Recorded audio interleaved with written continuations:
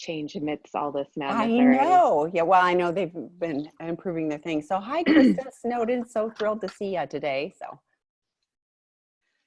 Good morning, and thank you everyone for joining me today. I just want to remind everyone that this is not therapy. This is kind of a psychoeducational lecture on various topics around relationships, addiction recovery, intimacy, healing, unhealthy relationship dynamics, etc. What is the day today? October or something? Oh no, it's May 13th, 2020. it just We feels like October. So we are 2 months into this. Just got off the phone with another therapist friend of mine, and we are all struggling. I mean, I feel like I can say that with quite a bit of confidence. Even if you're not the ones struggling deeply with financial stressors or health issues, um, even if all the circumstances are advantageous to you in this environment, you're still struggling. So of course, I always think of the people, the families who are in marital crises, in the process of divorce, in the process of discovery, the process of struggling for addiction recovery, and my heart goes out to them. So I just wanted to attempt another group on, another webinar on helping everybody with resources. So kind of trying to take some power back in this uncertain, chaotic environment, with giving you some very applicable tools to help you in these moments of tension, hurt, sadness, and struggle. And I'd encourage you during this conversation, if you have found something that has been working for you, then by all means use this as an opportunity to share with the group that, oh, this has really been a great tactic for me. This has really been something that's worked for my partner when we've gotten in these tense moments. And that's how we've navigated through this. So please, I'd invite you to add to the tools list. And right now I'm seeing, we have a huge numbers in this webinar, live webinar, who normally haven't attended this. So I think you are all taking, you're taking an active role in finding support, getting the help you need. I've been getting email, double, triple the amount of email regularly. So I do want to honor all of you. Thank you for asking for help. Don't stop asking for help. We're all doing our best to provide you with the resources that we know of, or at least send you in the right direction. So all of you are present or watching this, you're definitely on the right path. So I was thinking maybe I'd kind of talk about what's going on for me to see if it's resonating with you, but I'm finding 2 months into this quarantine, I'm struggling with emotional instability. So what that looks like is I'll have a feeling or a moment, but it'll quickly change. So I will be feeling like everything's fine, and then I'll read an article or hear from a story from something, and I'll find that it'll deeply depress me more than, let's say, typically hearing a sad story. I find myself kind of fighting back cynicism, feelings of hopelessness. I struggle to maintain perspective. I struggle to maintain gratitude. So those are things that I really feel like I have to dig really consciously and deeply for, is to maintain perspective of what my real experience is, and is my level of sadness or anxiety kind of, does it merit, is it valid for what I'm currently experiencing right now. Deb Dana, I'm going to reference a new book that she just came out with. She's someone who works with Stephen Porges in the polyvagal theory. I did a group on that a couple months ago. It's called How Our Nervous System Impacts Our Mental Health and Relationships. So if some of this stuff really resonates with you, I'd encourage you to go back to that video and kind of reference it. I'm not going to go over the same polyvagal theory stuff, but basically she talks about how trauma and our nervous system really struggles when the following 4 things are absent in our lives. And it's context, control, choice, and connection. So the 4 C's. It's basically saying right now we have no context. Our brain feels safe when it's predictable and reliable, and we can quickly write a story around what's going on. And right now, we don't have that context. We don't know, we're getting a lot of wide, varied sets of information that, the Cal State University schools just decided to shut down all in-person classes for the year. And yeah, the largest public college system in the world just said we're not going to be doing face-to-face classes in fall. And then you hear about the Florida beaches open and restaurants open. And so we're getting a lot of just different mixed information that certain treatments are working, certain people are vulnerable. Well, now it's a whole new class of people who are vulnerable. And we have nothing to kind of sink our teeth in to figure out, how long is this going to go on? Is this getting any better? Can I dig up some hope from this? How do I keep myself safe? All of these things are unknown. So we are struggling with context. Control and choice are kind of the same thing. We lack a lot of choice and control in this situation. There are only so many things that we can do to manage global policies, pandemics. We really are struggling to find, we just are kind of getting little tiny opportunities for choice and control when the big picture is out of our control and we don't really understand fully what's going on. And connection. The biggest struggle with me on this is that the normal things that I'd encourage clients to do or people to do in these states of struggle, in these states of sadness or cynicism or loss of perspective or hurt or pain, are not really allowed. I'd ask them to seek out their community, get hugs and kisses from family and loved ones, go out and go to a restaurant, go someplace new, all these things that kind of stimulate the feeling. We are social creatures. We have lots of neurobiological chemicals that come out that help us feel good, that help us feel regulated when we are in the presence of people. But right now, people, sadly, are triggering threat and danger because we don't know if they're carrying a virus that can harm us or loved ones or other vulnerable populations around us. So we are lacking the connection that we all need from all this. So that's why our constant autonomic nervous system is triggered in a constant state of threat. And so I want to give you some kind of how-tos of how to try your best to fight for these, what Deb Dana would call glimmers of moments where she can get back to what she calls the ventral vagal, safe, connected, socially engaged state. So I'm going to reference this. I haven't fully been able to read this yet because I'm currently trying to run a business, do my job, and homeschool 3 children. So there's my cynicism, but while my husband is also trying to do the same thing. But I've been trying to go through a couple of versions of it. So if this stuff is resonating with you, I'd encourage to check it out. What she just basically did is she wrote 50 very detailed, very doable, applicable exercises for you to do to basically build up the muscle of your how to kind of move along the states of threatening situations. Because again, if you watch that video that I mentioned before, it's that our autonomic nervous system is unconscious, involuntary, and it is wired for one predominant purpose, which is to keep us alive. It runs on very little blood, very little oxygen, and it is just meant to read an environment and assess how dangerous is this, what's the threat level, and what do I need to do to stay safe. So when you're in a ventral vagal state, it's maybe like what's happening right now. You're sitting here talking to me. We're having an engagement, kind of. I can't really see your faces. But then something might happen. You read a really upsetting story and you go into sympathetic state. That's kind of the, I'm mobilized, but mobilized with an agitation of fear of like, okay, what do I need to do to get myself safe? What needs to happen here? And then the secondary state, or I'm sorry, the third state is dorsal vagal state, which is basically, I've assessed the situation. There's nothing I can do here. And I'm going to go into full shutdown, overwhelmed, underfunctioning, dislocation from the world kind of state.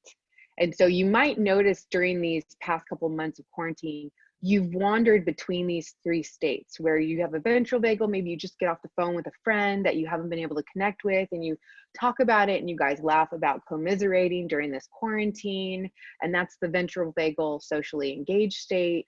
And then you slip into, again, like I said, you hear something really upsetting. You look at your finances, you wonder if you're going to have a job, and it triggers your sympathetic state of, what do I need to do? Do I need to start looking for another job? Do we need to cut back on finances? Do I need to apply for these different loans and stimulus packages? And then dorsal states, you know, I've assessed all the situation and nothing is working out. And so I need to go in a room, shut myself down. I can't respond. I can't talk. There's nothing. Like my toolbox is empty and I'm unable to access anything. I mean, I hit that, like something happened the other day and I was like, I couldn't even just like bring myself to talk about things, process things. My brain just was like one of those stubborn dogs that you're kind of pulling on a leash and they're just not going anywhere. And it was like, my brain wasn't going to do any of that. It didn't want to do any of it. And it was in shutdown mode. And I knew I had to give time and space to it because it needed to recharge its battery. So anyway, healthy coping skills versus unhealthy coping skills when you're in these states. What is healthy is anything that basically allows you to fully acknowledge what state you're in and kind of process all the thoughts and feelings that are happening. So stay curious. It keeps you in that executive functioning part of your brain. So what am I thinking right now? What happened that made me think this way? Where am I feeling it in your body? You know, therapists ask those really hippy dippy questions all the time, but it's because we're trying to keep you in your executive functioning part of your brain. That's where good choices happen. That's where impulse control happens. That's where we consider the consequences of our actions. As long as you stay curious, that's where you can stay. Do those thoughts that I'm having make sense? Am I, you know, what are they based on? What's the story that I'm telling myself? How am I feeling right now? What would I call that feeling? Where do I feel it in my body, etc. And then there is healthy coping skills on, besides like being curious and acknowledging it, is to say, okay, so now I'm in this state of sympathetic or dorsal, so it's very highly uncomfortable. This isn't working. Our goal is to not get stuck in any of these categories, right? It's the idea that it's reasonable that you're going to slip into sympathetic, that you're going to slip into dorsal, but the goal is not to be stuck there and paralyzed. Like sometimes right now we all feel very stuck and paralyzed, but we want to find ways and kind of empower ourselves to know that we can slip in and out of a dorsal vagal social engagement stage, then in a kind of a mobilized with fear stage. And yes, we'll hit an isolated, overwhelmed, shut down stage, but we need to be able to bring ourselves back out again. And so what we also need to do is realize what kind of things help us co-regulate. So use other entities to help regulate us, and then self-regulate within ourselves to move ourselves up and down those states. So maybe down-regulate high anxiety, high stress, high emotions, and up-regulate depression, hopelessness, paralysis, things like that. So I hope that makes sense. The way that I often talk about, and you can go to all my previous 20-something videos that I have on YouTube, I talk a lot about exploring, identifying shame voices, vetting them, processing them, seeking empathy and compassion for those shame voices. So I'm not going to go over those things. Keeping your side of the street clean. I talk about 12 steps. But right now I'm going to talk about just really basic go-to things that you are responsible for starting to chart this out and figure this out. In my group yesterday, an addict who's a recovering alcoholic was like, I need tangible skills. How? When these urges come, what do I need to do? And I said, yeah, we can definitely chart that out. But I'll tell you, if it's something that you've never done and you're going to try it right when you're at an urge, you're screwed. You practice when things are kind of annoying, kind of frustrating. So in the group that I had yesterday, understandably so, it got a little tense and crazy because we're all in an uncomfortable state. So then you use the skills in that moment, not when you're being drawn to go drink or go use your unhealthy coping skill of acting out or whatever. You use it in the presence of mind of, wow, that guy just talked really loudly to that person. That makes me feel really uncomfortable. What am I going to do? I'm going to do some grounding exercises. I'm going to do some deep breathing. After this is really intense. Maybe I need to go for a walk on the beach. Maybe I need to go journal some of this, right? It's practicing in the moments when you're just slightly agitated and slightly struggling. So you're kind of drilled and have a practice ready, and the muscle is kind of stronger to manage it when it gets more intense, more difficult, when like I said, back when like my brain was in a state of shutdown mode, I knew that once I gave it a break, I could go to the following, mechanisms to try to get out of it further. So I hope you understand that. Don't take notes and think, oh, great, I'm going to save this for when S hits the fan.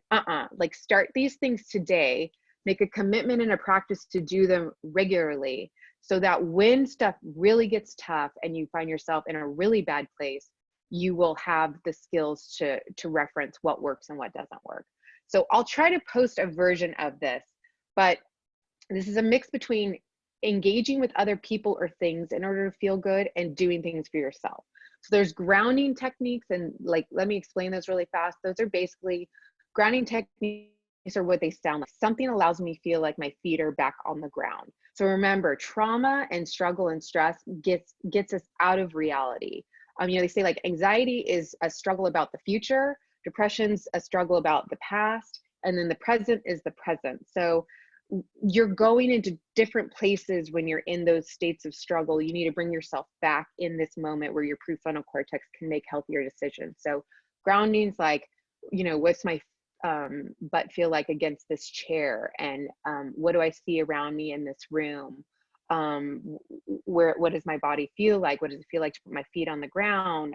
How tense are my hands? Kind of things like that.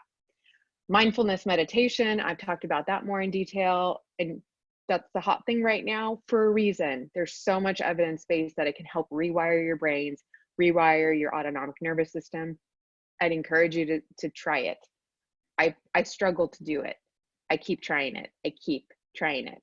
Visualization. So again, just kind of closing your eyes to find yourself in a safe place, in a happy place. That's just resourcing to figure out, think of something calm. One of the things I like is the story that I'm telling myself in each of these states, right? So it really can be empowering when you realize that in each of these states, there's a different story that you tell yourself. And Deb Dana talks about it in her book, which is anticipating doing this podcast, for instance, or this webinar, is I am not in the greatest state right now. I'm quite drained emotionally, physically. And so I could choose different stories, right? So I could choose the dorsal vagal state of like, what's the point? Who cares? Like, I'm not good at this right now. I can't do it anymore. Maybe I should just quit my job. I don't think I'm going to be effective at this anyway, right? That's the shutdown mode, okay? Sympathetics like, whew, I think I'm going to screw this up. They're going to be making faces at me, judging me. I'm not really sure like how effective this is going to be. I'm going to do my best. Hopefully it's not too repetitive, and then the ventral vagal story could be, I'm disheveled and I'm in a state of struggle, but I'm guessing everybody else can kind of find some compassion and empathy in that state with me as well. And maybe the more real that I am about the fact that I'm struggling, the more that people it'll resonate with them and they can hear it, and maybe they can meet me where I am, which is that we're not executing at our highest. I'm not in my highest form right now. I'm just doing the best that I can with what the situation is. And there's a really big difference about what your body does in those stories, right? And that's often what can trap you in that state for a long time. So pay attention. And I like doing those different stories to kind of check what state I'm in and what I'm telling myself and how it's keeping me in that state. Body scanning, progressive relaxation, breath work, dance, movement, Tai Chi, Qigong. I don't know what those are, but I read that they're really interesting. They show up in a lot of the books by Bessel van der Kolk. So what it really is it's a lot of kind of complicated movements that really make your brain have to ignite to pay attention, because they're kind of contradicting movements that your brain has to pay attention to in order to do. So it gets you out of your ventral, or I'm sorry, get you out of your sympathetic and dorsal state, because you have to really engage prefrontal cortex. So I do kind of know what it is, just a little bit. Yoga, same thing, breath work, movement, body connection, pets, animals. These things are saving people's lives right now. You know, it's like, I kind of almost wish anyone who is quarantining in a that are alone, like, we need to be dropping pets off to them, because they need something to hug, something to love, something to wake up and talk to, and all that kind of stuff, because they're the best surrogates to human connection, and sometimes they're the safest. So get yourself a pet or don't. Exercise, obviously, sing songs, make music, dance to songs, play instruments, write a song, write a poem, do some kind of art project, do a craft, play a sport, ride a bike, do some talk therapy with your therapist, eat right. That's going to be a really big thing. Don't forget that this has a lot to do with physiology. A lot of the physical consequences of being in these constant threatened states, there's going to be consequences to it. There's going to be digestive issues. There's going to be sleep issues. There might be chronic fatigue issues.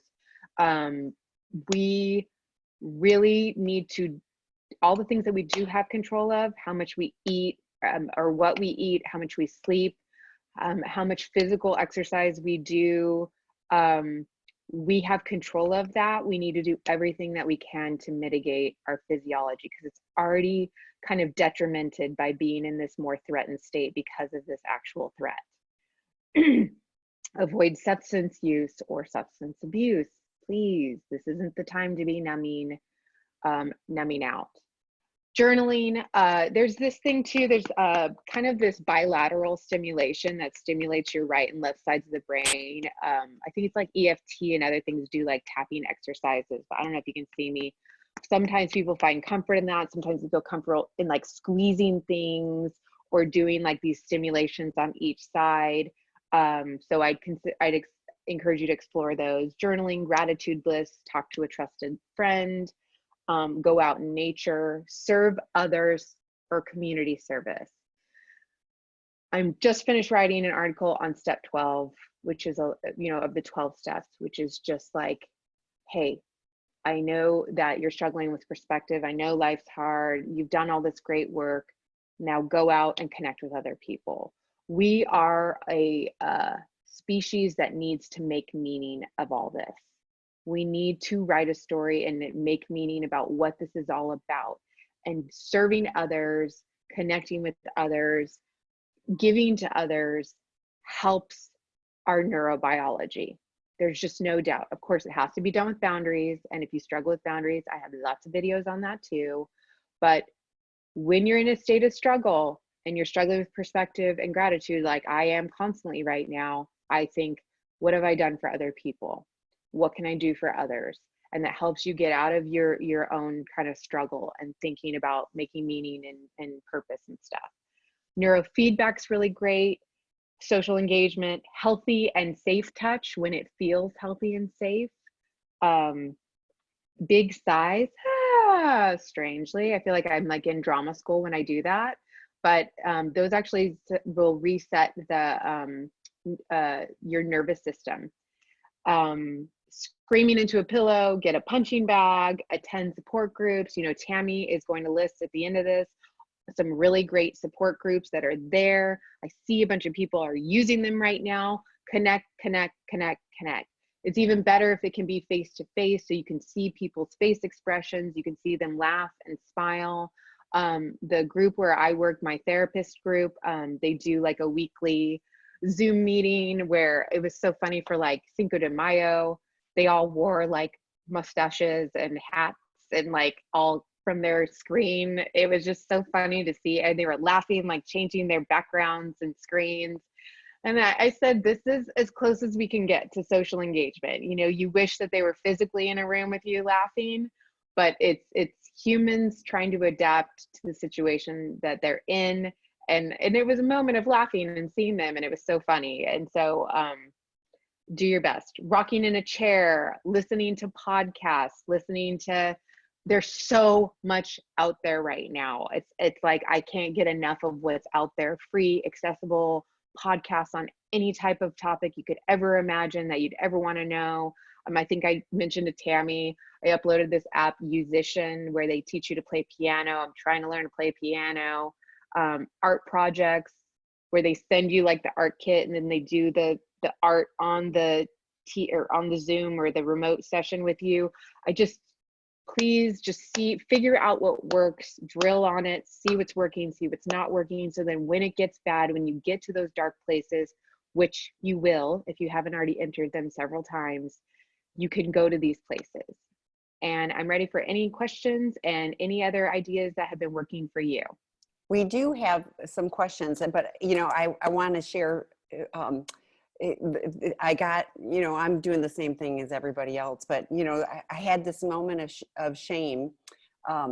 This is a stupid story, but this is where I went to. It was so I needed new shorts. So thank you, Amazon. And I got a $15 pair of khaki shorts and promptly spilled spaghetti sauce on them. So I tried to clean them and it hasn't worked. And I'm immediately going to, I'm such an idiot and I don't deserve, I'm seriously full blown into, I don't deserve to have new things, blah, blah, blah, blah, blah. Yeah. And then I went, really, is this the best, place for me to go? And I thought, my friend Kristin would talk about how shame is, seriously, I did that. My friend Kristin would talk about how the shame is really not so useful and what else can I do? So I want to put a new pair of shorts in my Amazon cart, and that made me feel better. But I was just like, wow, I spiraled down over spaghetti sauce spilled on a $15 pair of shorts. I mean, it was ridiculous, So, but it was so, it was such one of those that wouldn't have normally thrown me for such a loop. So right. But yeah, it's like I just don't have the bandwidth. Like more things cause me to oof.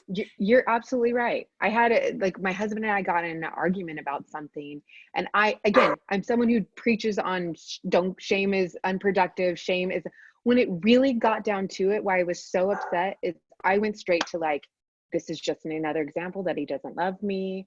And again, if I was in a healthier state of mind, it would have just been an argument about the content of that argument. But because my mental health was already in like a threatened state and I was struggling, you're so right. Like shame's like sitting there perched like a predator, ready to take you out. And it's like, if it sees you limping, it just can take you out even faster. And it's amazing to pay attention to that.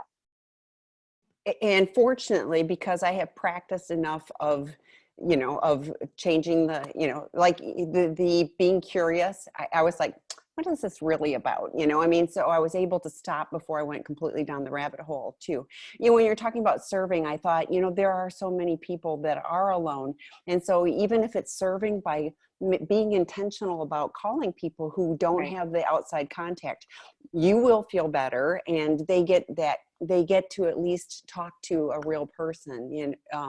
But I've had to be very intentional about what I take in. So the news to me is, even commercials, every commercial is, even if it's, we're all in this together, it just is reinforcing that message. So I've been very intentional about limiting my intake, and I'm digging into a bunch of different podcasts and being intentional about that. That's been really helpful. So there's lots of ways, and I appreciate that people are here, and we do have some questions. So let's start with the question. This is in the Q&A. When taking a time out with each other for a married couple, What should that look like? I hurt my wife and she requested a timeout, and yet now 8 months later, we're not talking much. She refuses to open up and try to talk and doesn't see how she can ever trust me again, trust me to begin the healing process. We saw a joint couples SA counselor, and when asked why she wanted to stay in our marriage, her reply was because she wants to make sure and control the situation of how I interact with our daughter and also everything that happens. It seemed very much like not a healthy item for why to stay. When taking a time out, what should that look like? So good questions. There's like 25 layers there. yeah. So thanks for layering on the complication. I mean, look, the timeout thing is really hard. All you have control of is yourself and your behaviors.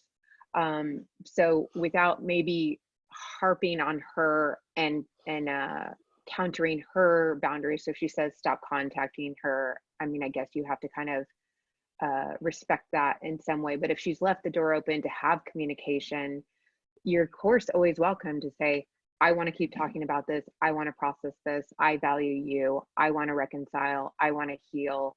I'm here. I mean, and just kind of show through your actions that you're a different person, that you're dedicated, that this is a focus and a priority to you. Regarding what your wife said in session, maybe you can say more about this, Tammy, but I've seen many marriages at that point get back together for the children. I'll be honest. I've seen marriages get together, or the initial thrust or incentive for them usually doesn't really have anything to do with love or wanting to be with that person, because at that moment they might not love them and they might not like that person. And so sometimes all it just takes is maybe the history or the kids or the wanting a family system not to break up. That's okay. We can work with that. It usually takes willingness and tenacity and accountability. Those are kind of the big three things that it takes. So do you have anything to add to that? I was thinking, and it doesn't say what you're doing to be trustworthy, Right. because it says it's been 8 months, and just ticking off time is not so useful, I'm just going to say. So really, what are you doing to show that you are trustworthy? Dr. Rob wrote Out of the Doghouse, and it's a really good book on, how to rebuild trust. There's a zillion, and I put it in the, zillion's a little, okay, that's an exaggeration, but there are a lot of previously recorded webinars, and many of them are talk about what you can do, pragmatic steps to help, repair relationships. So in the chat, I put the link to sexandrelationshiphealing.com, and under resources, you'll see previously recorded webinars, and there are a lot. We're working on cleaning up the YouTube channel so that people can, find them, easier. Yeah. But it really is, Dr. Rob talked about this on Monday night as well. It really takes, the person who is the betrayer to consistently work on their stuff, and start to show. And then, and it takes a long time. And, 8 months is 8 months. But Dr. Rob, talks regularly about, it's a year and a half before someone, is really able to start going, okay, I can see that, he's made some progress. I see this, but it's like, if you say, I'm taking out the trash, you take out the trash. If you say I'm doing this, whatever it is, you show up, as a trustworthy person. But, she's hurt, she gets to be hurt and angry and everything else, and not trust you with your daughter. So, but I agree with Kristin. We see so many of these relationships that are able to heal, so keep doing what you need to do to be a trustworthy person is my suggestion. So, And ask her, right? mm-hmm. You still need a timeout.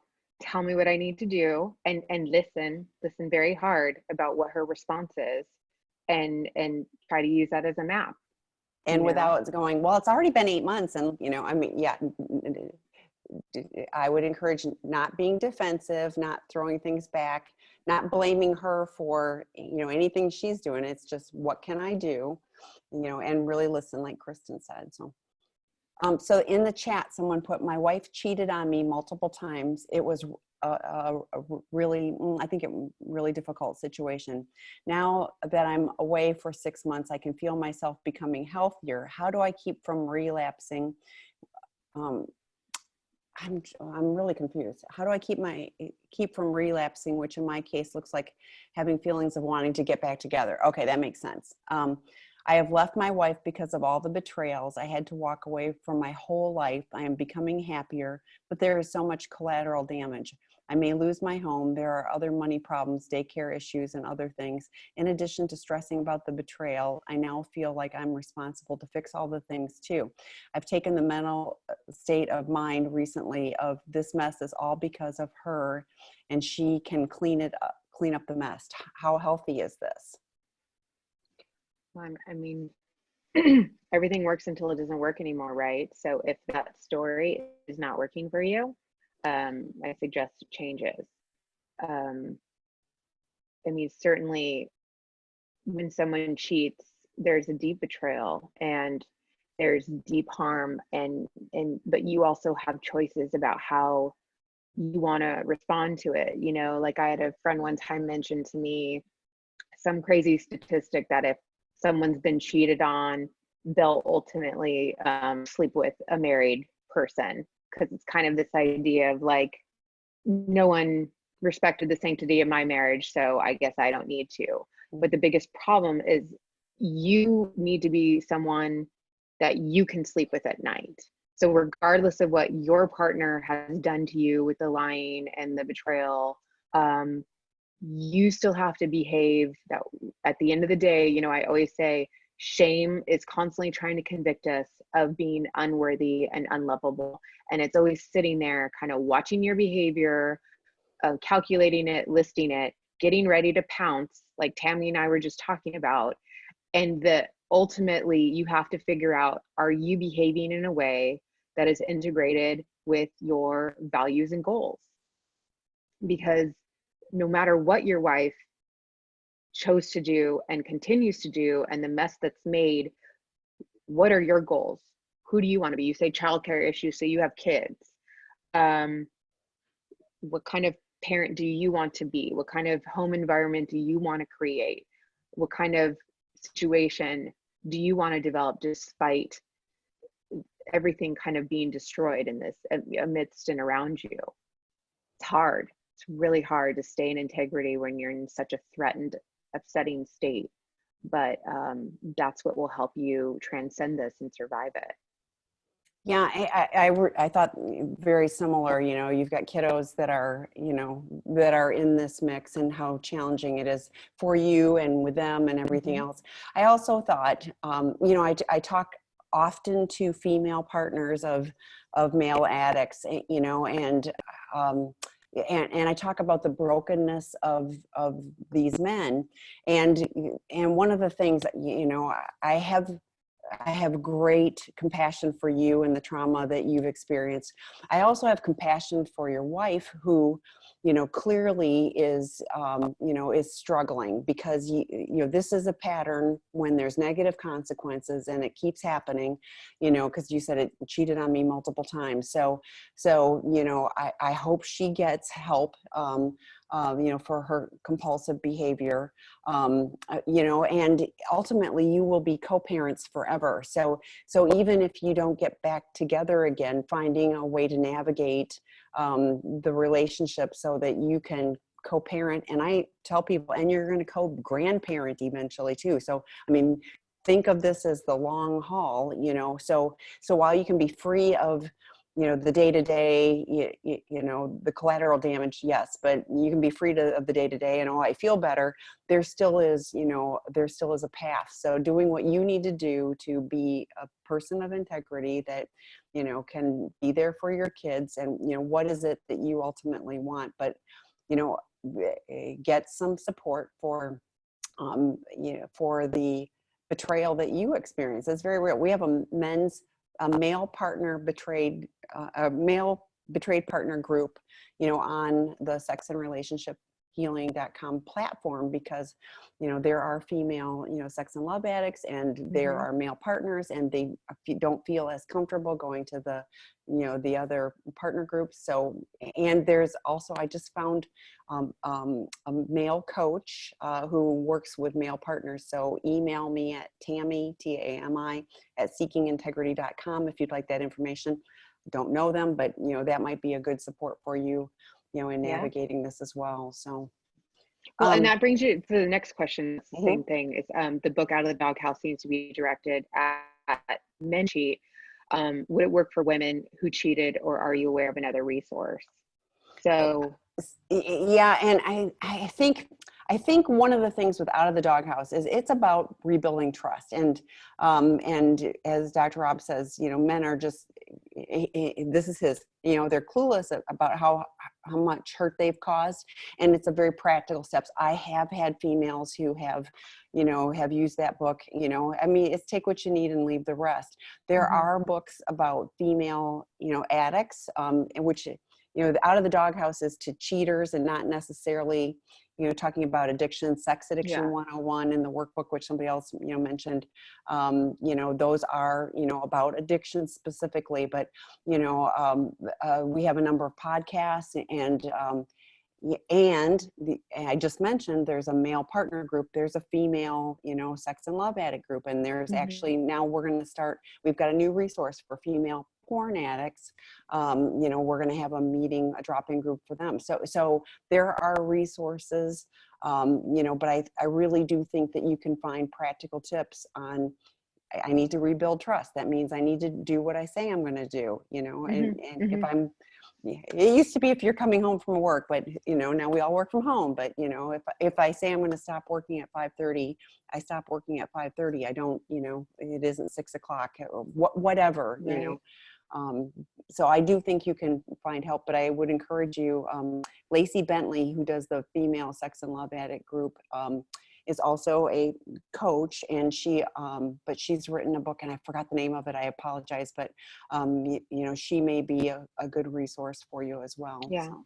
I'm thinking too, like Ready to Heal and the Making Advances books, those kind of collaborations. Again, those are more for people where this tends to be a pathological problem, like a chronic issue. But I do still feel like there are nuggets, maybe the stories don't exactly line up, that you had multiple affairs, but certainly it digs into like the trauma and figuring out who you are and what you need, and communication and verbalizing all these things that are helpful for recovering post infidelity. Yeah, and I've shared, because we talk about addiction a lot. So, we're talking about the underlying issues. And when you're constantly doing something that is hurtful to other people, and ultimately, negative, it's awesome in the moment, but, it's causing all of these, problems, ruining marriages, hurting children, all of those things. There's something deeper going on. And, Eddie Caparucci wrote a book called Going Deeper, and he talks about the inner children. He's got 9 different inner children, and he's done some webinars, which you can find on that link, but the book was released too. And it's really interesting to be able to go, oh, that's tapping into that, that inner child of mine. And, as an adult, I can come back around and go, how can I soothe that child without, running off and doing something that, a 5-year-old would do, but as a grown woman, I shouldn't do. The other book that I think is super helpful is Enid Gray wrote Neglect, the Silent Abuser.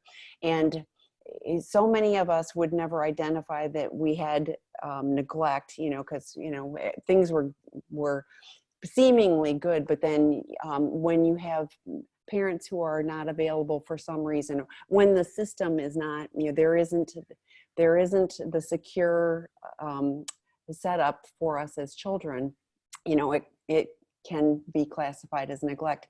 And I think you can start putting the pieces together of, what is this tapping into, for me, and that can help I mean, I really see all of these tools can help us choose a different behavior and, you know, become a trustworthy person, you know, live in our integrity. So hopefully that's helpful. Somebody put, I called my husband Bud this morning and he didn't like it and we fought for hours. Glad it's not just me. No, it's not just you. So, you know, we're it's all a not little just more you. fragile. Yeah.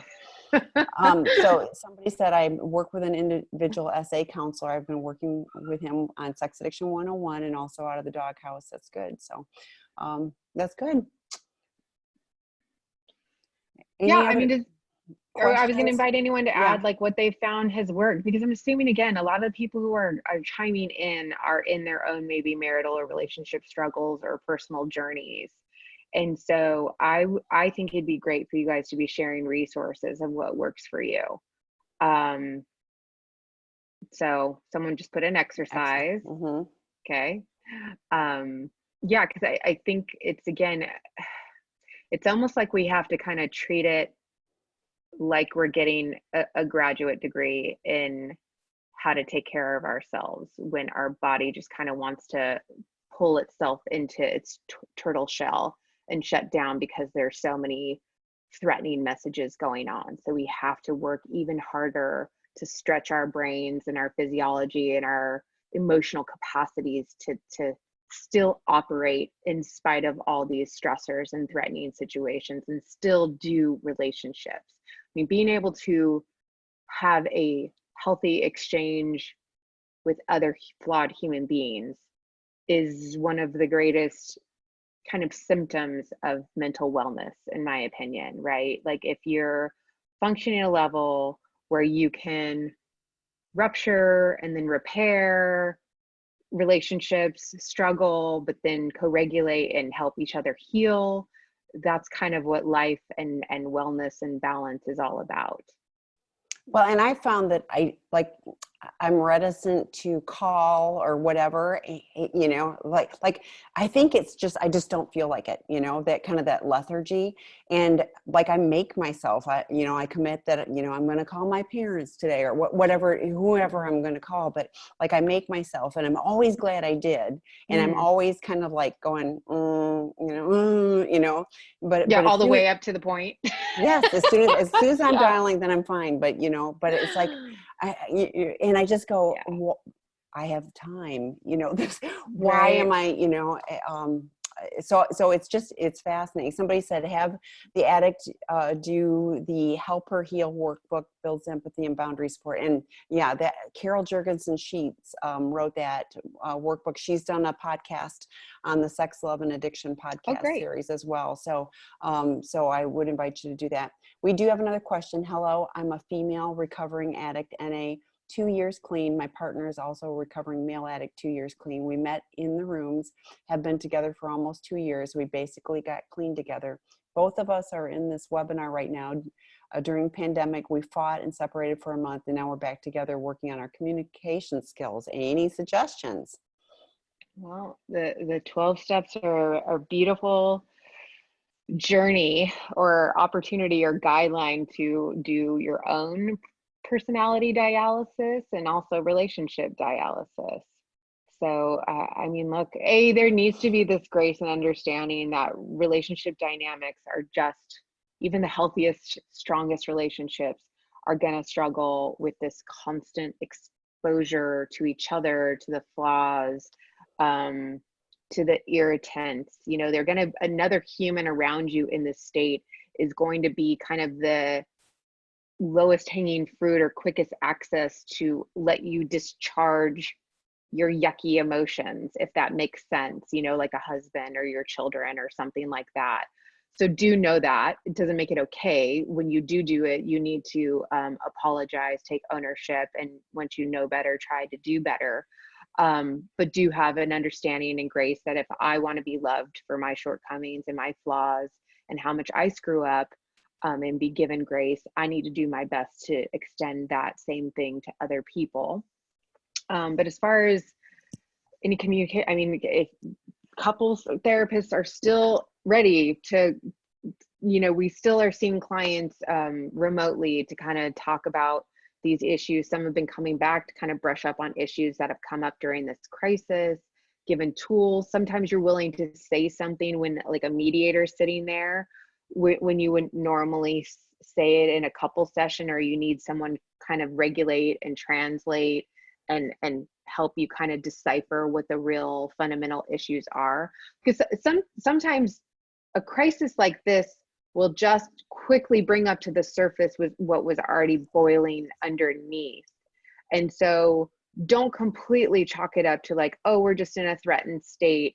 We need to pay attention to like the themes of what's actually going on that we're finding ourselves fighting about, the shame voices that are going on, and those still need to be attended to. But those are just all things to kind of be talking about and processing. And you're asking for help so that you're on the right path. Well, and I think what Kristin said earlier of don't practice this when you're in the middle of a fight, you know? So I had a situation with somebody that I care about, and, you know, a friend, and we were getting into it, and we realized the patterns, and we both said we can do this differently and better, and, you know, and so we now have a plan that, you know, we can on a text or say, you know, stop 20 minutes. And then that means, you know, we're going to come back in 20 minutes, but, you know, we're going to stop in the moment because, you know, we're overheating. And so, you know, and it's just not going to go well, and we're just going to get mad at each other. So it was one of those where I was like, and I believe we both will, you know, abide by that, and we'll check in. And if 20 minutes isn't enough, we'll say 20 more, you know, but, you know, this is all stuff, and we've talked about this on these various webinars, but we had to have that discussion in the non-heated moment. You know, we had to have that, you know, and say, you know, I didn't like what happened, you know, and, you know we care about each other. How can we do this differently? And so I really think that you can, we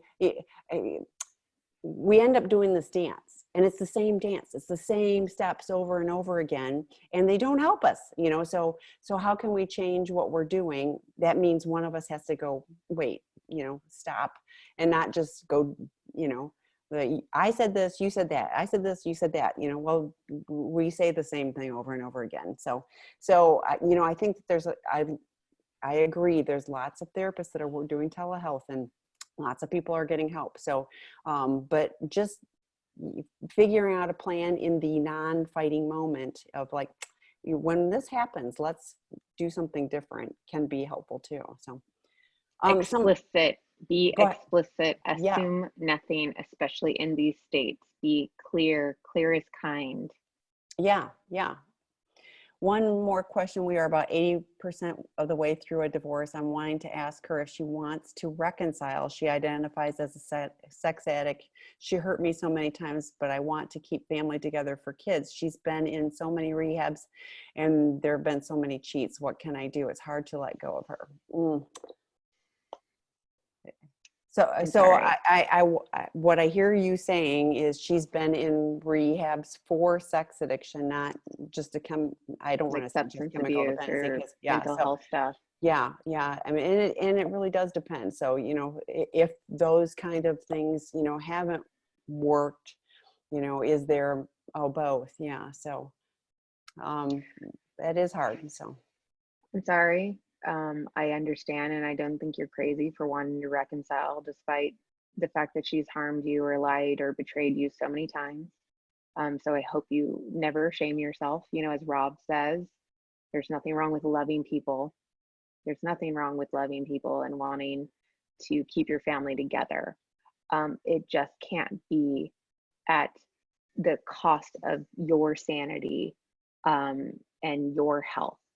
So that's why boundaries are so absolutely necessary. You know, that other person who was asking questions, how we were saying, you don't just give the person 8 months of a break. During those 8 months, are you doing anything and everything that you can to show that you want to reconcile, you want to heal, you want to repair, where you are being honest, you're attending meetings, you're doing everything that you're supposed to be doing. And I mean, I hope, I'm saying that thinking as if everyone knows what you're supposed to be doing. But in like sex addiction recovery, for instance, there's some pretty standard protocols of what people should be doing to stay healthy. So creating a new community of people, hopefully that are in recovery themselves, attending meetings, working the steps, having a sponsor, regularly checking in with these types of people, because the idea is addiction is an intimacy attachment disorder, where basically I have made an unconscious decision, usually it's unconscious, to have a relationship with this acting out, method, with this alcohol or sexual acting out or porn use, etc. I'm having a relationship with this because I know what I'm going to get from this every time, that I haven't been able to figure out what my real needs are within myself. And I certainly don't know how to ask for any of my needs to be met through a relationship with you. So, I go to that bottle of Jack Daniels over and over again because I know what I'm going to get from it. It also comes with insanity and hurt and lying and manipulating, but I am getting some kind of need met there that I don't know how to get met otherwise. So the work has to be done to help really figure that out, of what was going on with you. And the 12 steps are a magnificent set of tools and pathway to start figuring that out.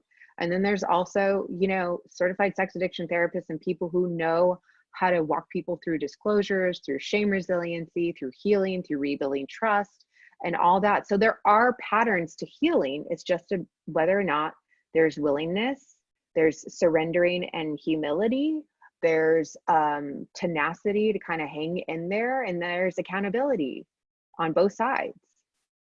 And you can always take a pause. Your divorce isn't finalized, so you can just put a pause on it. It doesn't mean that you're not going to continue or whatever, but those are all legal things that you can put a halt. But I really would want to see that she is doing what she needs to do. Does she have a female sponsor? Is she seeing a therapist? Like, Kristin said, a therapist that understands, particularly the co-occurring, because, if she's using chemicals and, has an identified sex addiction, those are co-occurring. That is not just, treat one and the other is going to all take care of itself. Right. At Seeking Integrity Los Angeles, we're treating men with sex addiction, intimacy disorders, or co-occurring sex addiction, chemical dependency. And we see those as co-occurring and, and needing to be treated together. Dr. David Fawcett has a chemsex group on intherooms.com. And it's one of the only places where, the co-occurring, gets addressed in one meeting without going, well, I'm going to my S group and I'm going to my NA or AA or whatever group. So to me, my willingness to be in a committed relationship with her would depend on what is she doing. We talk about this all the time with what's he doing if he's the addict. Well, what is she doing to be a person of integrity, to rebuild trust, to help her, show that she's on a healing path, because you and the kids, constantly being in the chaos of, the acting out rehab, that's really challenging. So, so somebody asked, has anyone ever worked with Dave and Ashley Willis Marriage Resources or One Extraordinary Marriage Resources? I've never heard of either of them. So have you, Kristin? I have not. But okay. It's great for you to share that resource. Yeah. And there are resources. So speaking of resources, on sexandrelationshiphealing.com, there are a number of drop-in groups for male addicts, female partners, male partners, female addicts. We have drop-in groups where you can see each other. If you choose to turn your camera on, which we encourage, the webinars, this one, Dr. Rob, Dr. David, but there are more, including prodependence, webinars, and couples things, etc. So there's a lot of resources, on these. But I wanted to bring up too, on In the Rooms, intherooms.com, Dr. Rob and Dr. David both do their groups.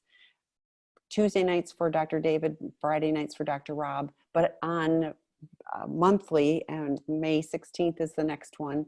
We have a Super Saturday Recovery Summit. We'll have one June 20th, but there'll be one monthly. We started it in April, so we're committing now. But it's a great opportunity to listen to, experts present in a different way than is typical of their meeting site. But their meeting site, they've got tens of thousands of people that have connected on that site. It's a really good resource. So there's a question: is co-occurring, including nicotine addiction? My husband is in new sex addiction recovery and quit smoking 2 years ago and replaced it with vaping. This was after finding out he had an affair, but continued with porn addiction until he found out 3 weeks ago. Does vaping hinder recovery? Dr. David would say yes. I would invite you to go to his webinar tonight, so at 5 p.m. on sexandrelationshiphealing.com.